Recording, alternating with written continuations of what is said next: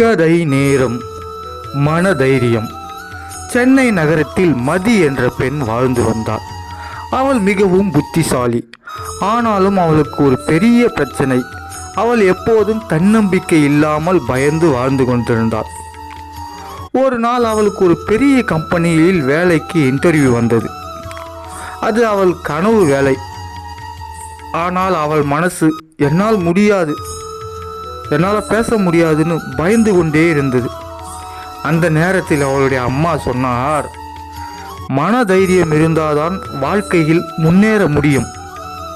தோல்வி வந்தாலும் அது ஒரு பாடம்தான்மா என்று கூறினார். அந்த வார்த்தை மதிக்கு கொஞ்சம் நம்பிக்கை கொடுத்தது. இன்டர்வியூ நாள் வந்தது.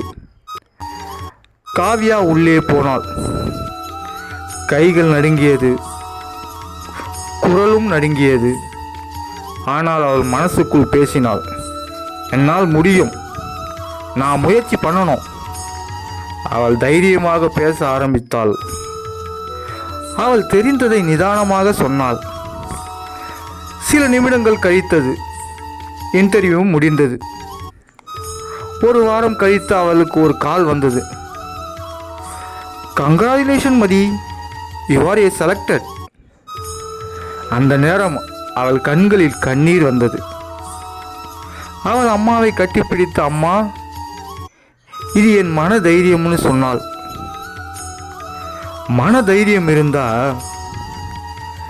பயம் இருந்தாலும் நம்ம வெற்றி அடையலாம்.